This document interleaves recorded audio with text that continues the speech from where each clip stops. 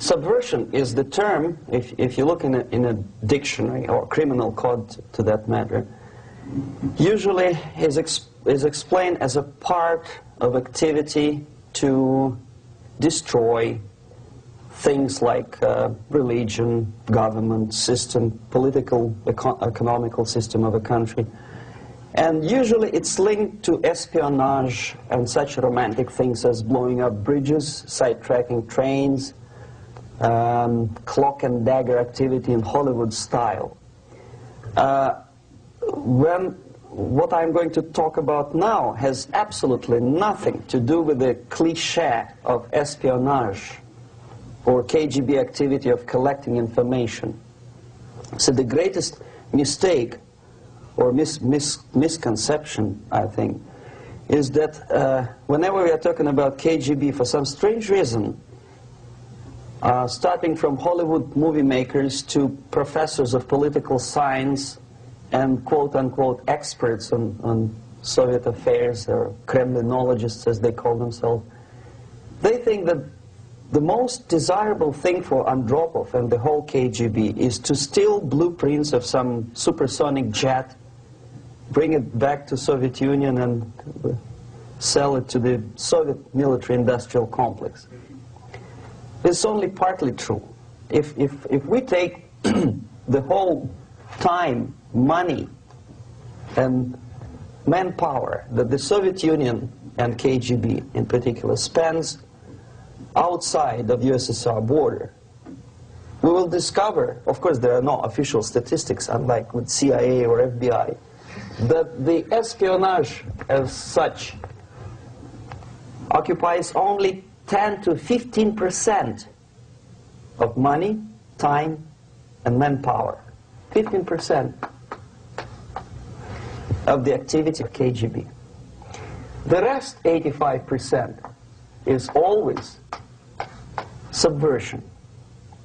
And unlike a dictionary of English, Oxford Dictionary, subversion in Soviet terminology means always a destructive, aggressive activity aimed to destroy the country, nation, or geographical area of your enemy. So there's no romantics in there, absolutely. No blowing up bridges, no microfilms in Coca-Cola cans, nothing of that sort. No James Bond nonsense. It's most of this activity is overt, legitimate, and easily observable if you give yourself time and trouble to observe it. But according to the law and law enforcement systems of the Western civilization, it's not a crime. Exactly because of misconception, manipulation of terms. We think that subverter is a person who is going to blow up our beautiful bridges. No. Subverter is a student who comes for exchange, a diplomat, an actor, an artist, a journalist like myself was 10 years ago.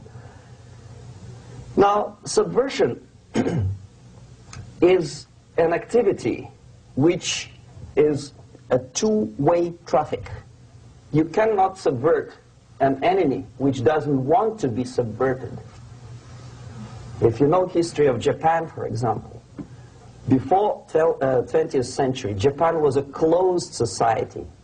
The moment a foreign boat comes to the shores of Japan, the Imperial Japanese Army politely tells them to get lost.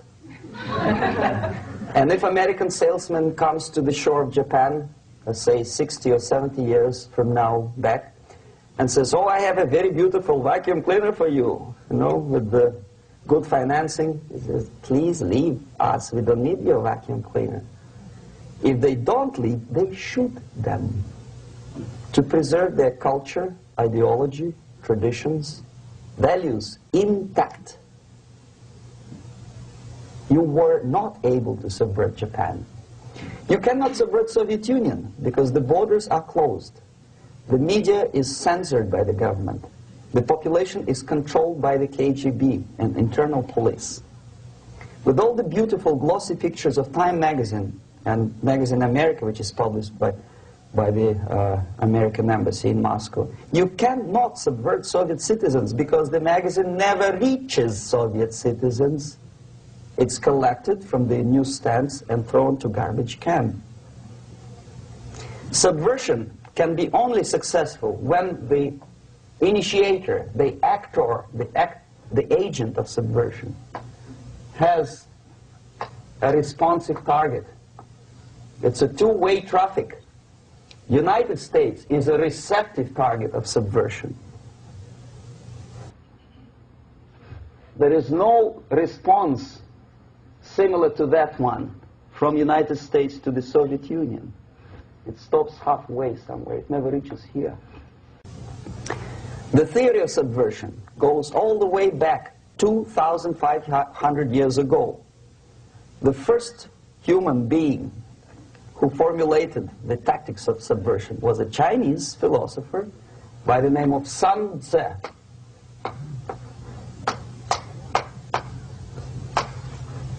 2,500 years BC. He was an advisor for several imperial courts in ancient China. And he said, after long meditation, that to implement state policy in a warlike manner, it's the most counterproductive, barbaric, and inefficient to fight on a battlefield. You know that war is continuation of state policy, right? So if you want successfully to implement your state policy, and you start fighting, this is the most idiotic way to do it. The highest art of warfare is not to fight at all, but to subvert anything of value in the country of your enemy, until such time that the perception of reality of your enemy is screwed up to such an extent that he does not perceive you as an enemy, and that your system, your civilization, and your ambitions look to your enemy as an alternative, if not desirable, then at least feasible. Better red than dead.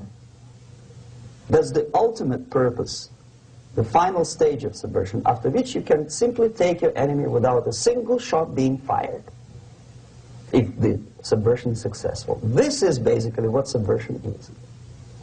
As you see, not a single mentioning of blowing up bridges. Of course, Sun Tzu didn't know about blowing up bridges. Maybe there were not that many bridges at that time.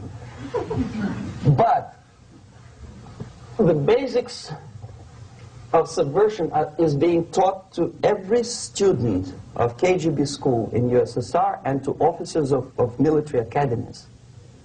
I'm not sure if the same author is included in the list of reading for American officers, to say nothing about ordinary students of political science.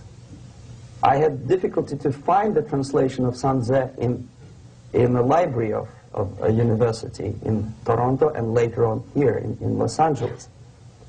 But it's a book which is not available. It is forced to every student in USSR. Every student who is taught to be dealing further in his future career with foreigners. What subversion is? Basically, it consists of 4 periods, time-wise. If we start from here and go this way, time, right? This is the beginning point. The first stage of subversion is the process which is called, basically, demoralization. It says for itself what it is.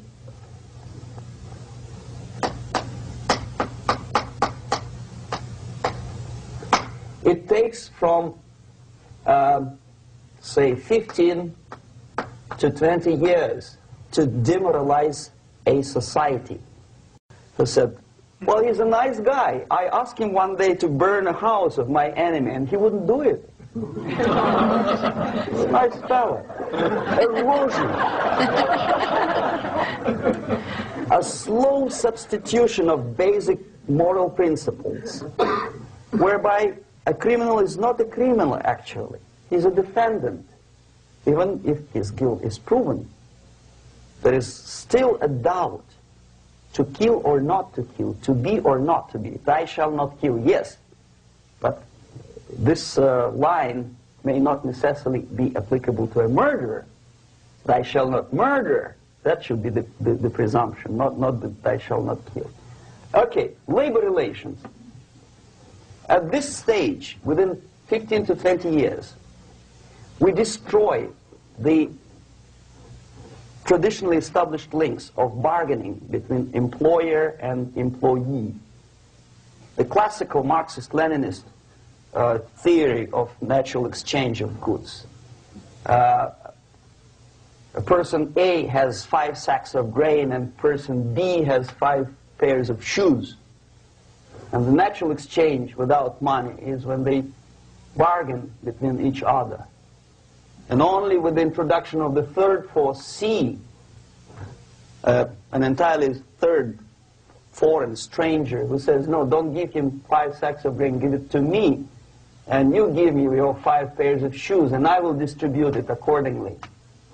So that the economy will go.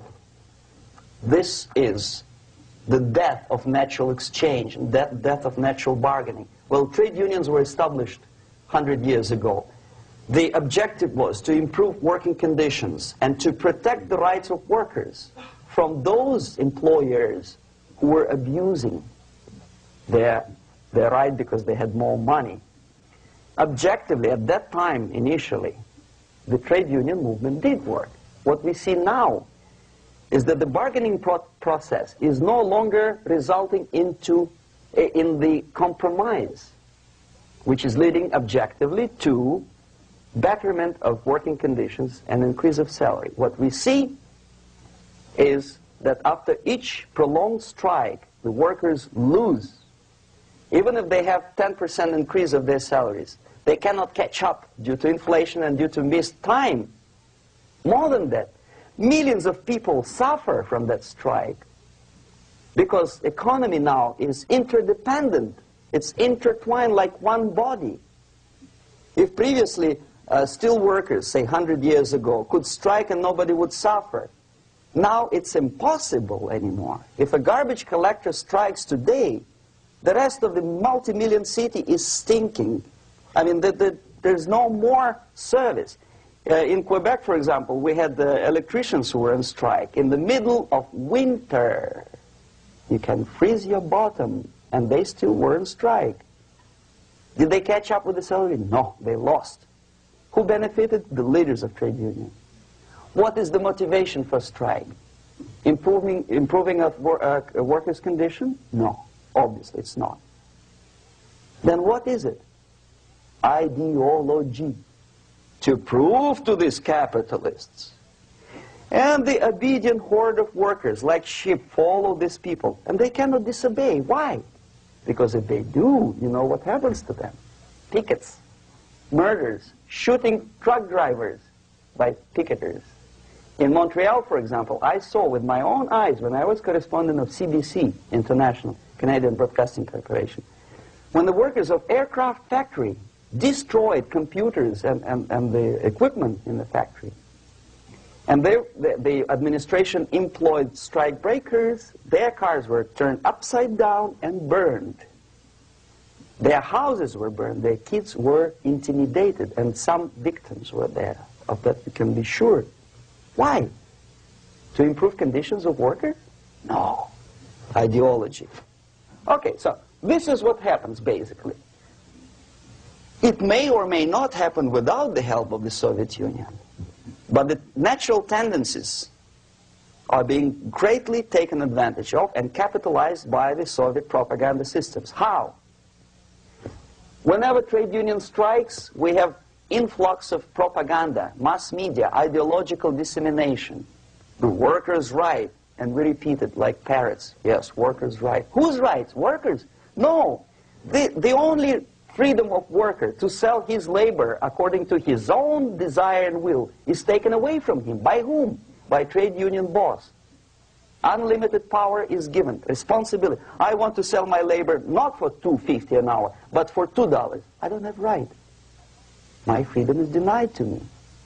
I know that if I sell my work for $2 an hour, not for $3 an hour, I will compete better with the other guy who is lazy and more greedy. I don't need $3. I need only $2. No, I was made to believe by media by business, by advertising agencies that I need more and more and more. Have you ever heard any advertising on TV to consume less? No. No way. Whether you need a six-cylinder car or not, you have to buy it. And hurry up. When I was driving here, on the local radio station, an excited announcer said, "You hurry up, rush and save, save, save. There is a pantyhose sale." Save by buying more. See? Of course. It would be too naive to expect that KGB makes that advertising agency to do such a crazy commercial. No, of course not. But what we did when I was working for Novosti Press, we would snow plow editorial offices, student organizations, religious groups with literature of class struggle. If not directly Marxism-Leninism propaganda, then a propaganda of the legitimate aspirations of working class, betterment of life, equality. Equality, mind you. President Kennedy once said, we will make America to believe that people are born equal. Are people born equal? Is there any mentioning in the Bible or any other holy scripture in any religion, if you don't believe me, go to the library and check it, there is not a single word about equality. Just the opposite. By your deeds, God will judge you. What you do is important. The merit of your personality. You cannot legislate equality. If you want to be equal, you have to be equal. You have to deserve it. And yet we build our society on the principle of equality. We say people are equal. We know it is false. It's a lie. Some people are tall and stupid. Others are short, bold, and clever.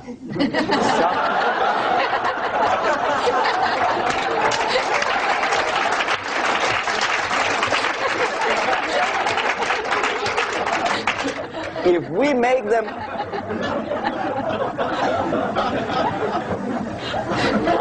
we make them equal by force, if we put the principle of equality in the basis of our socio-political structure, it's the same thing as building a house on sand. Sooner or later it will collapse, and that's exactly what happens. And we, as Soviet propaganda makers, are trying to push you in the direction which you go yourself. Equality, yes, equality. People are equal. Land of equal opportunities. Is it true or not? Think about it. Equal opportunities. Should there be equal opportunities? For me and for a lazy bastard who comes here from some other country and immediately registers as a welfare recipient benefits? I never received a single dollar. No, sorry, I did receive once. But I never applied for welfare. For the 13 years, I took any job. Security guard, journalist, taxi driver, anything. Well, I was restless, but some people don't like it. They immediately. So why should we have equal opportunities? Why? The equal opportunity to excel. Equal opportunity in equal circumstances, yes, but we know people are different. To excel, yes, provided we reach the same level of excellency, perfection, which is hypothetical, distant future. Yes, maybe. But we know perfectly well that even with the best intentions, people could not be equal. Why should we have equality in the, say, legal system? Myself, I'm considering myself a law-abiding citizen, and a person who comes here to rob and shoot, say, the United States administration under Carter imported thousands of Cuban criminals. They were non-criminals, yet they were accepted. Do you think it's fair if myself and my wife from Philippines, who work like a, excuse me, horse as a lab technician in a hospital, should have the same rights as a criminal from Cuba? Why? And yet we repeat as parrots, equality, equality, equality. And the Soviet propaganda system helps us to believe that equality is something which is desirable. Democracy, as it was established by fathers of this country, of this system in the last century, is not equality. It's the system where different people, unequal people, have a chance to survive and help each other in constant competition, in constant perfection, not in equality, which is superimposed from a godfather or a nice person in Washington, D.C. And the absolute equality exists in Soviet Union, quote-unquote equality. Everybody is equal in dirt, except some people are more equal than the others in Politburo. So, the moment you bring a country to the point of almost total demoralization, when nothing works anymore, when you are not sure whether it is right or wrong, good and bad, but there's no division between evil and good, when even the leaders of church sometimes say, well, violence for the sake of justice, especially social justice, is justified in the countries like Nicaragua, El Salvador, well, maybe Rhodesia, and we listen to them and say, yeah, probably it's true. Is it true? No, it is not true. Violence is not justified, especially for the sake of quote-unquote social justice introduced by Marxist-Leninists, that is my former colleagues from Novosti Press Agency. Okay, so we reached that point. The next step is destabilization.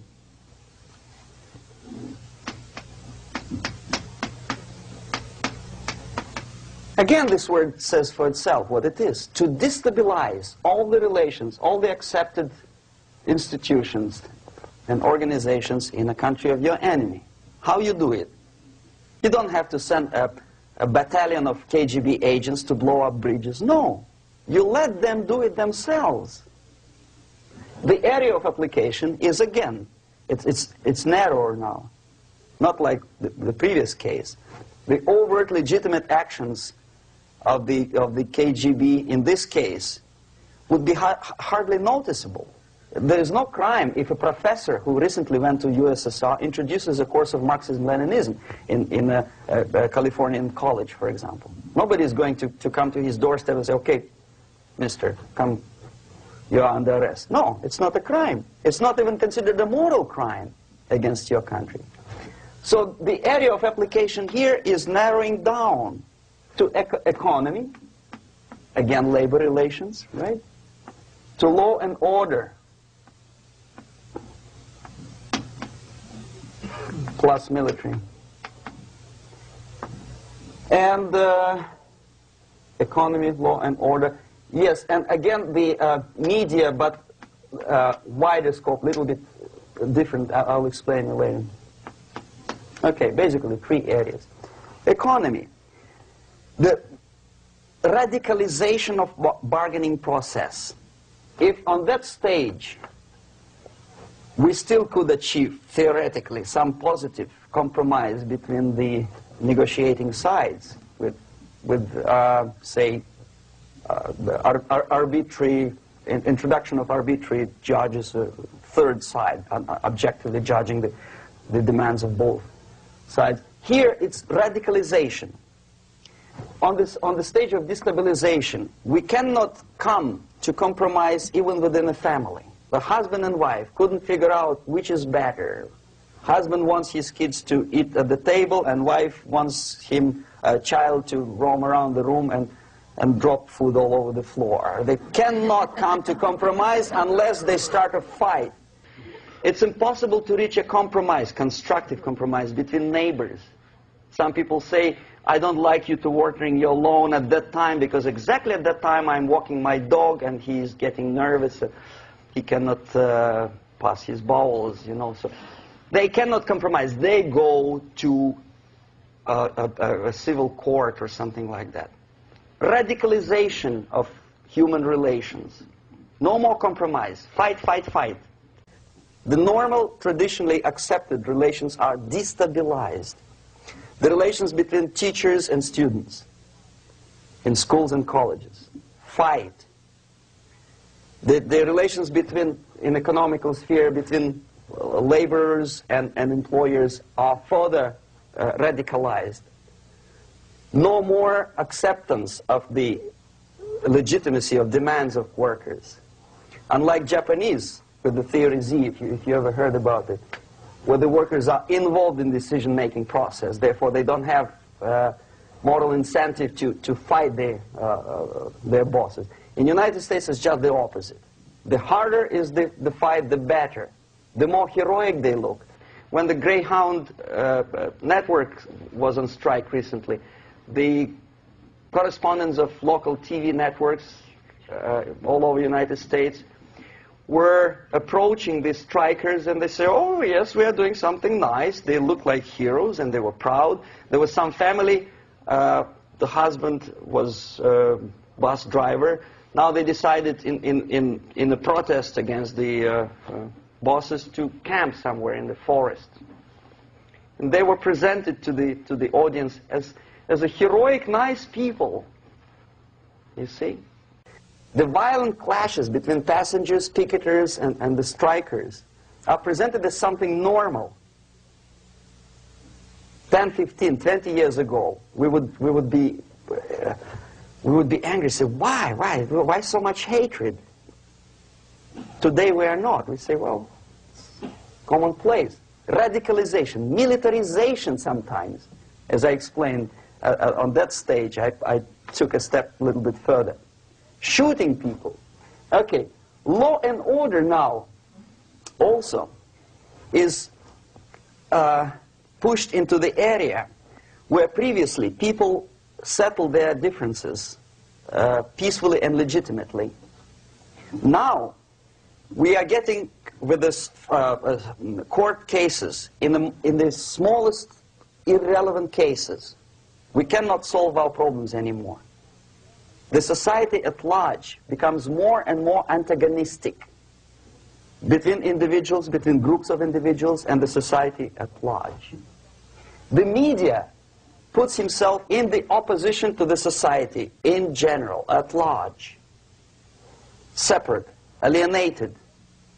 Okay?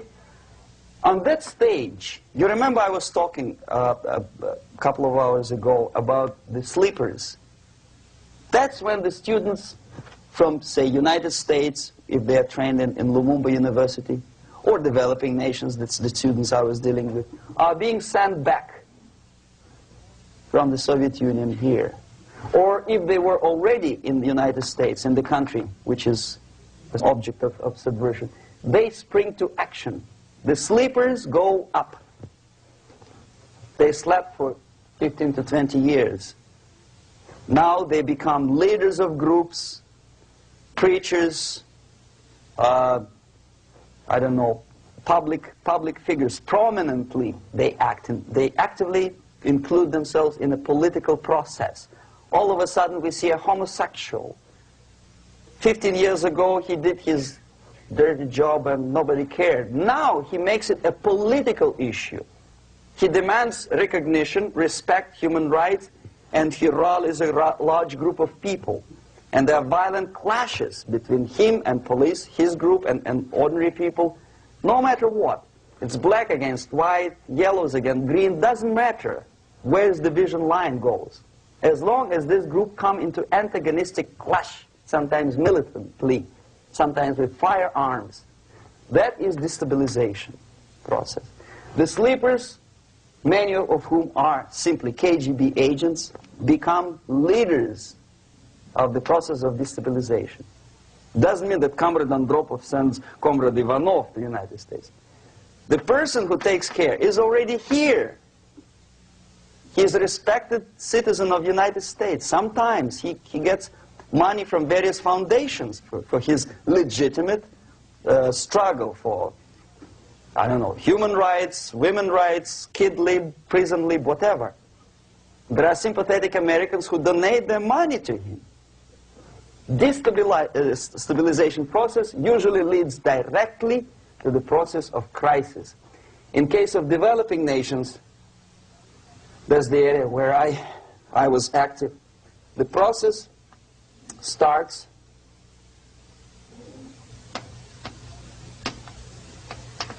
when the legitimate bodies of power, the social structure collapse, it cannot function anymore. So instead, we have artificial body injected into society, such as non-elected committees. You remember I was talking about them here. Social workers who are not elected by people, media who are self-appointed rulers of your opinion, some strange groups which claim that they know how to lead society forward.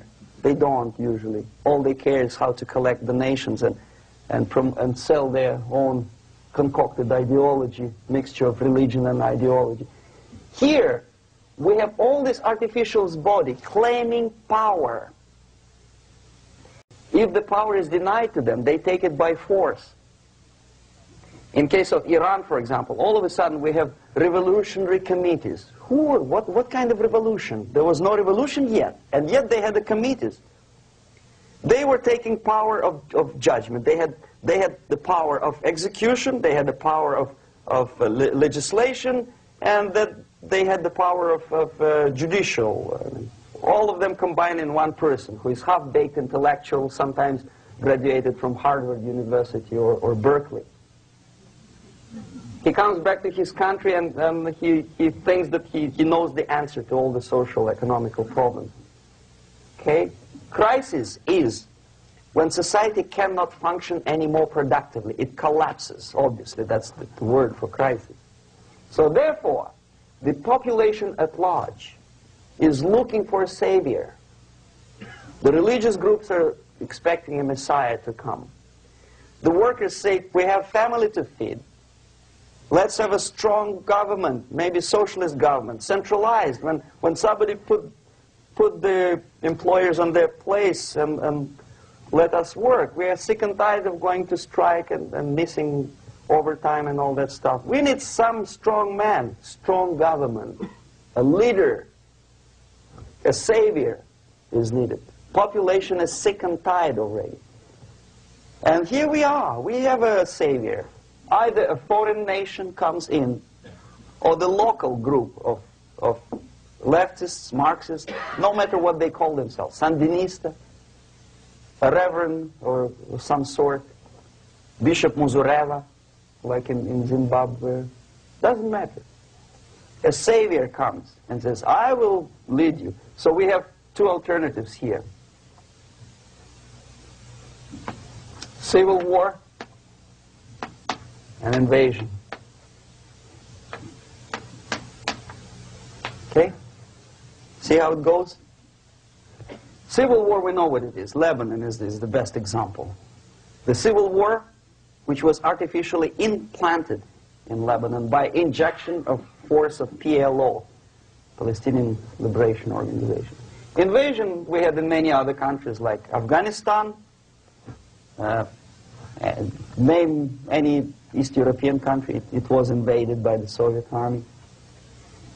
But the result is the same. The next stage is normalization. Normalization is a very ironic word, of course.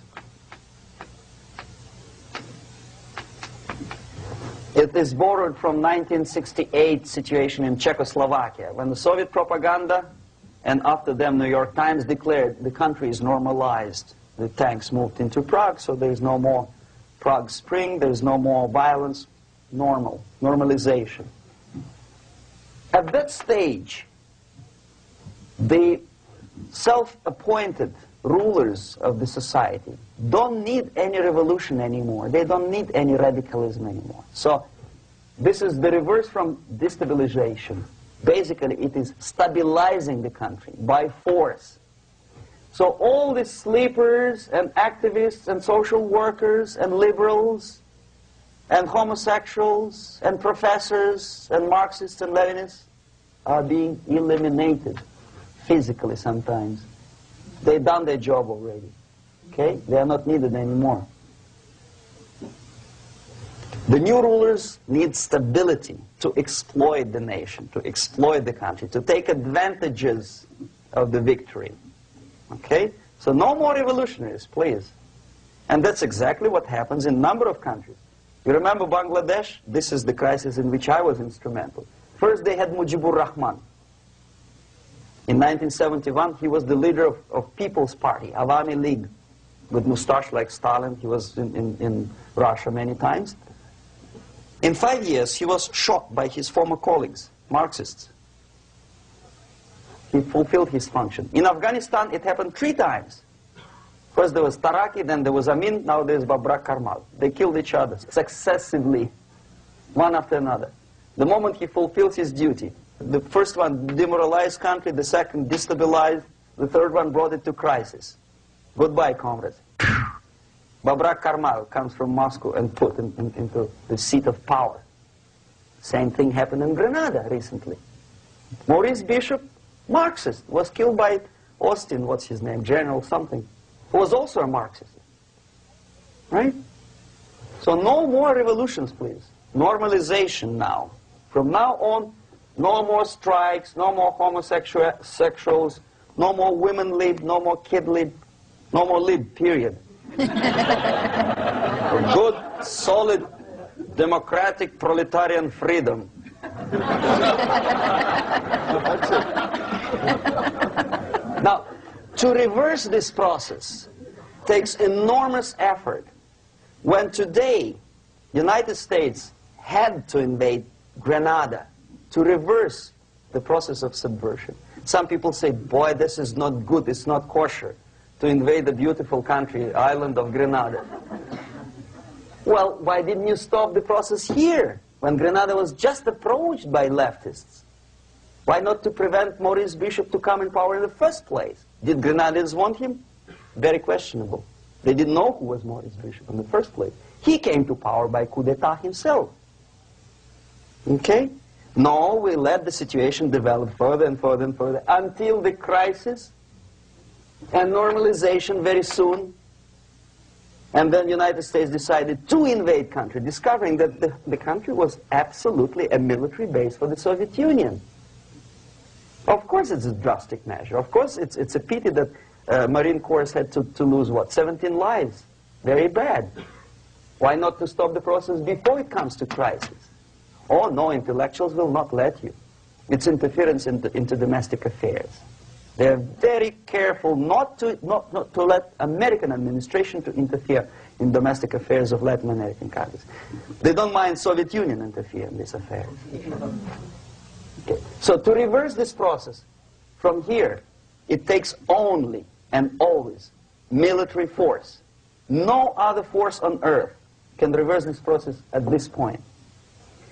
At this point, it does not take military invasion of the United States Army. It takes strong action, like in Chile. A CIA covert involvement to prevent the savior from outside to come into power and to stabilize country before it erupts into civil war. Okay? Support the right-wing conservative forces. By money, by crooks or love, doesn't matter. Stabilize the country. Don't let the crisis develop into civil war or invasion. Oh no, your liberals will say it's against the law. The Congress will not appropriate money for covert actions of CIA. Why not? Should we wait till the normalization come and Soviet tanks land in Los Angeles airport? Now, at that point, at the point of destabilization, also the process could be reversed. Again, easily than this. No CIA involvement at this point. You know what it takes here? Restriction of some liberties for small groups which are self-declared enemies of the society. As simple as that. Oh no, the media and liberals will tell you this is against the American Constitution. How can we, by force, deny the civil rights to criminals, for example? It's not good. Okay? So we allow them to. Okay, if you allow the criminals to have civil rights, go on and bring the country to the crisis. This is a bloodless way to do. Curb the rights. I mean, not to put them in prison. No, I'm not talking about putting all the gays from San Francisco in the concentration camp. Do not allow them to take political force. Do not elect them to the seats of power, whether it is municipality level, state level, or federal level. It has to be beaten in the heads of American voters that a person like that in the seats of power is an enemy. Do not be afraid of this word. It is an enemy. If he is not an enemy here, he will be here. Later on, he will be shot, of course. But at this point, he is an enemy. Okay? You are doing great service by denying him a right to capitalize on his own crazy ideas and become a powerful man, a man who uses the seat of power. Restriction of certain freedoms and permissiveness at that point would prevent sliding into crisis and probably will return the process of destabilization. To curb unlimited power, monopolistic power of trade unions, here, at that point, would save economy from collapsing. To introduce a law to stop private companies of raping public opinion's mind in the direction of consumerism. No company must have a right to force you into buying more unless you want it. There must be a law. You want to advertise your car? Okay. But not a single mentioning of buying it now and saving money. It must be against the law to force people to consume more. Self-restraint. Previously, before this process started, the self-restraint was a business of church, religion. Because our preachers, the fathers of church, would tell us, material values are good, but it's not the prime function of human being. Because you have to live with something. Obviously, the design for our life is not to consume more deodorants. There must be something greater. If such a complicated instrument as human body was created, obviously there must be some higher purpose for that. And it's very easy to avoid destabilization by denying the greedy companies one little freedom, one little liberty, forcing you into turning yourself into processors of unwanted products and goods. They turn you into machines, like the worm who there's inlet and outlet. So, and how long an average appliance lasts these days? Less than a year. Why? Where's workmanship? Oh, we want you to buy more. Okay. Destabilization process could be easily overcome if, as I say, the society, by its own will or after persuasion by the leaders, will come to the idea of self-restraint. It's so hard, we want to consume more, but you have to. Unless you will come to this stage, when, as we say in Russia, if Sahara Desert ever becomes a communist state, there will be shortage of sand. So you have to curb your... You have to curb your expectations at this point before it's too late. But no, we don't want to do it. Demoralization process. Again, it's the easiest thing to reverse. First of all, by restricting import of propaganda. The easiest thing to do. Unlimited, unrestrained import of Soviet literature, Soviet journalists, giving Soviet propaganda and ideological agitators equal time on American TV network. It has to be stopped. And it's easier. They won't be offended, mind you. As a matter of fact, they will respect America more. But when my former colleague Vladimir Posner appears on Nightline, and Ted Koppel asks him, well, Vladimir, what do you think about this? And what can he think? He is an instrument of propaganda. He thinks what Comrade Andropov tells him to think. He's just a nice, articulate mouthpiece of the Soviet subversion system. And Ted Koppel makes you believe that my friend Vladimir Posner thinks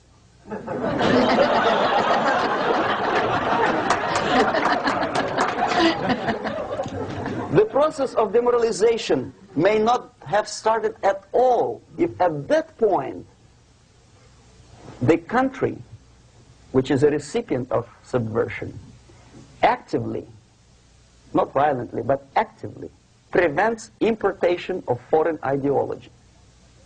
I don't want America to follow the pattern of ancient Japan. You don't have to shoot every foreigner when it approaches the sacred borders of the United States. But when he offers you a junk in the disguise of very shiny something, you have to tell him, no, we have our own junk.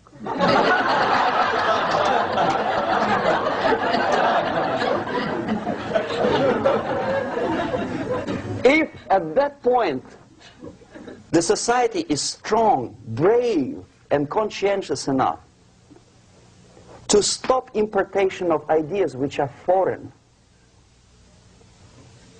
then the whole chain of events could be prevented.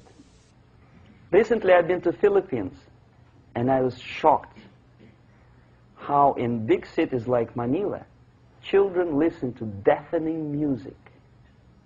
A melodious nation with long traditions of good, nice ethnic music, introduced by Spanish long time ago, maybe 2 centuries, 3 centuries ago, I don't remember how long. All of a sudden listen to musical garbage, blasting their radios at full blast, at full volume. Why?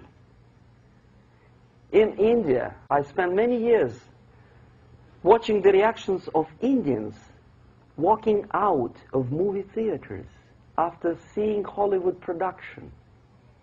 They couldn't figure out why Americans are so wasteful. They smash their cars, their shiny cars, every 5 minutes. Is it true that they're so obsessed with sex? Can you imagine showing a movie where each 5 minutes there's a copulation on the screen to a country like India with long tradition of respect to these private matters, or to Pakistan? And United States expect these people to respect you? No way. Oh yes, they will see the movie, they'll pay 5 rupees to see that garbage, but they walk out and will tell their kids, don't respect Americans, don't be like Americans. See? So, the process of demoralization could be stopped right here, both as an expert and as an import. And that takes one step, one very important thing to do. You don't have to expel all the KGB agents from Washington, D.C. The most difficult and at the same time the simplest answer to the subversion is to start it here and even before, by bringing back the society to religion, something that you cannot touch and eat and put on yourself, but something that rules society and makes it move and preserve it. A Soviet scientist, Shafarevich, who has nothing to do with religion, he is a computer scientist, did a very intensive research on the history of socialist countries. He calls socialist or communist any country with a centralized economy and a pyramidal style of power structure. And he discovered, actually he didn't discover it, he just brought to attention of his readers, that civilizations like Mohenjo-Daro in the river Indus area, like Egypt, like Maya, Incas, like Babylonian culture, collapsed and disappeared from the surface of Earth. The moment they lost religion, as simple as that, they disintegrated. Nobody remembers about them anymore. Well, distantly. So, the ideas are moving society and keeping mankind as a society of human beings, intelligent, moral agents of God. The facts, the truth, the exact knowledge may not. all the sophisticated technology and computers will not prevent society from disintegrating and eventually dying out. Have you ever met a person who would sacrifice his life, freedom, for the truth like that? This is truth. I never met a person who said, this is truth and I'm ready to shoot me. To defend the truth. Right?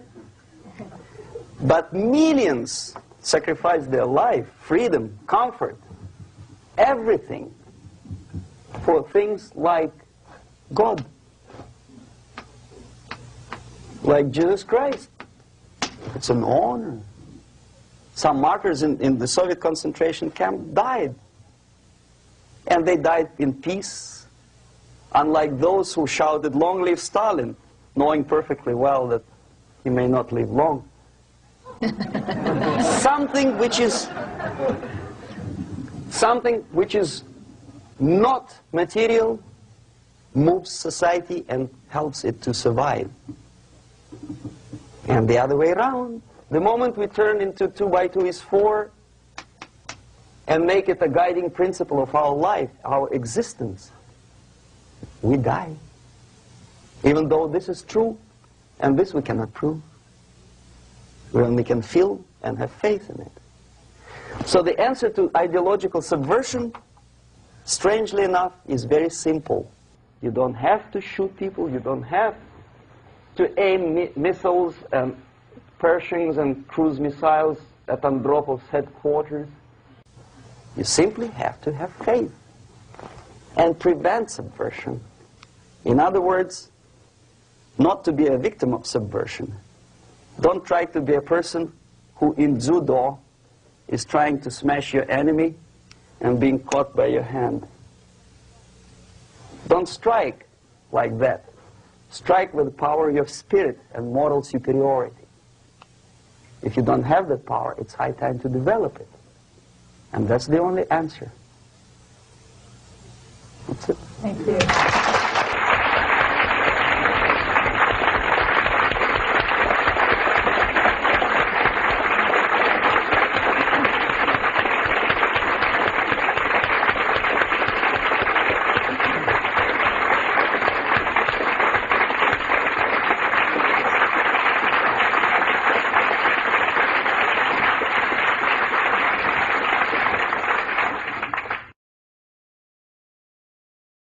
By 15 or 20 years. This is the time sufficient to educate one generation of students or children. One generation. One lifetime span of a person, a human being, which is dedicated to study, to shaping up the outlook, ideology, personality. No more, no less. Usually it takes from 15 to 20 years.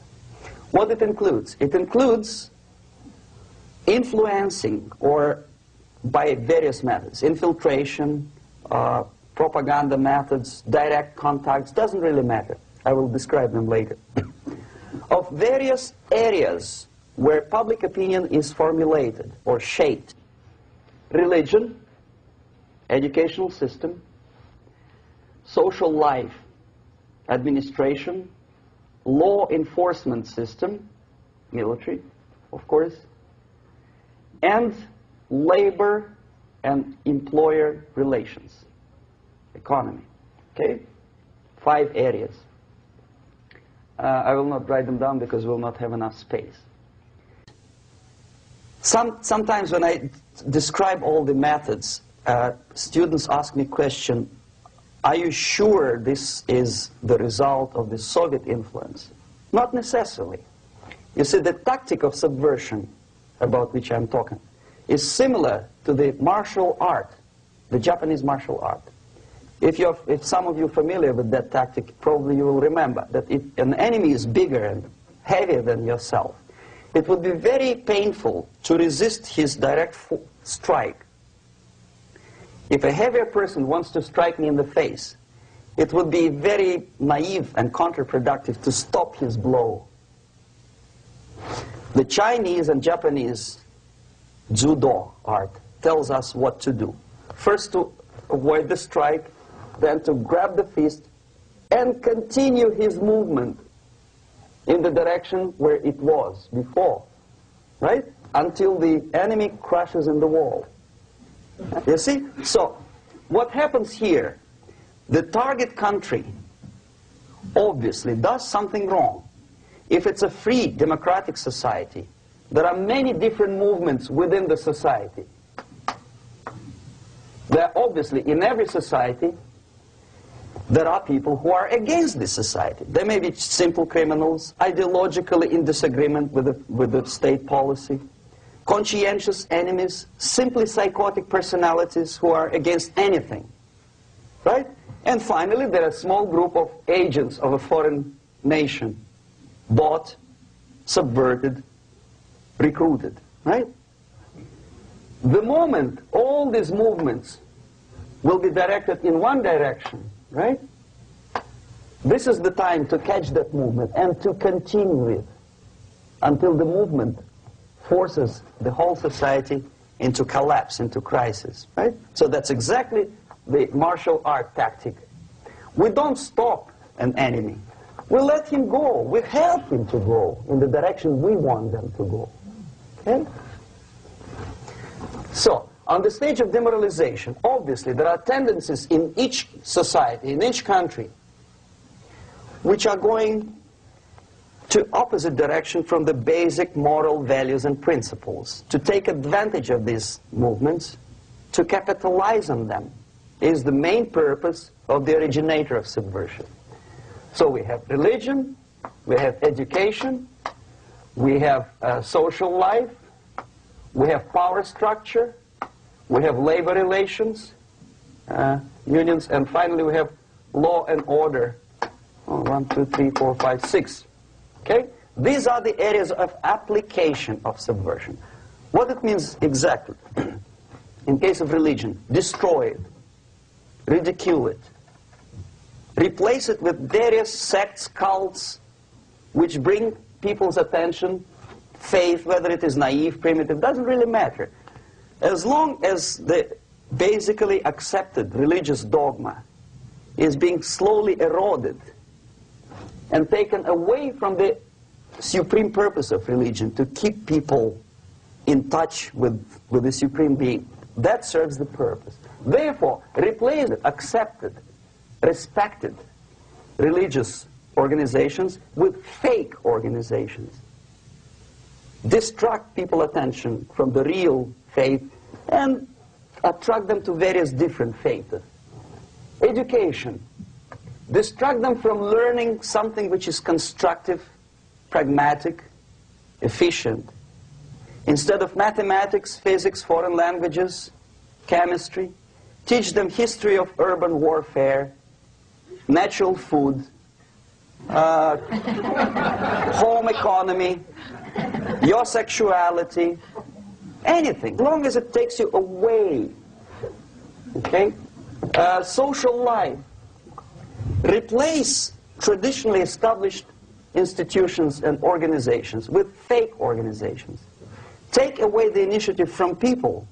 Take away the responsibility from naturally established links between individuals, group of individuals, and society at large, and replace them with artificially, bureaucratically controlled bodies. Instead of social life and friendship between neighbors, establish social workers institutions. The people who are on payroll of whom? Society? No. Bureaucracy. The main concern of social workers is not your family, not you, not social relations between groups of people. The main concern is to get the paycheck from the government. What will be the result of their social work doesn't really matter. They can develop all kind of concepts to show to the government and to the people that they're useful. Okay, away from the natural links, power structure. Okay, the natural bodies of administration, which are traditionally either elected by people at large or appointed by elected leaders of society, are being actively substituted by artificial bodies the bodies of people, groups of people, whom nobody elected. Never. As a matter of fact, most of the people don't like them at all, and yet they exist. One of such group is media. Who elected them? How come they have so much power? Almost monopolistic power on your mind. They can rape your mind. But who elected them? How come they have a nerve to decide what is good and what is bad for the elected by you, president, and his administration? Who the hell are they? Spiro Agnew, who was hated by the liberal left, called them a bunch of enfeebled snobs. And that's exactly what they are. They think they know. They don't. The level of mediocrity. In a big establishment like New York Times, Los Angeles Times, major television network, you don't have to be excellent journalist. You have to be exactly a mediocre journalist. That's easier to survive. There's no competition anymore. You have your good, nice income, $100,000 a year. That's it. Whether you are better or worse doesn't really matter anymore. As soon as you're smiling to the camera and do your job. That's it. No more competition. Power structure slowly is eroded by the bodies and groups of people who do not have neither qualification nor the will of people to keep them in power, and yet they do have power. Okay. Together with that, there is another process. Law enforcement, law and order organization and structure is being eroded. For the last 20, 25 years, if you see old movies and new movies, you can see that in new movies, a policeman, an officer of the United States Army looks dumb, angry, psychotic, paranoid. A criminal looks nice, kind of, well, he smokes hash and shoots the whatever drug, but basically he's a nice human being. He's creative. And he's unproductive only because society oppresses him. Whereby a general of Pentagon is always, by definition, a war maniac. A policeman is a pig, rude policeman. He abuses his power. No? A generalization like that. The hatred, the mistrust to the people who are supposed to protect you and enforce law and order. Moral relativity. The Angelo Buono process lasted 2 years in Los Angeles. And yet there are still some lawyers who say, look, he's a nice character, as a matter of fact. There was some witness who said, also a criminal,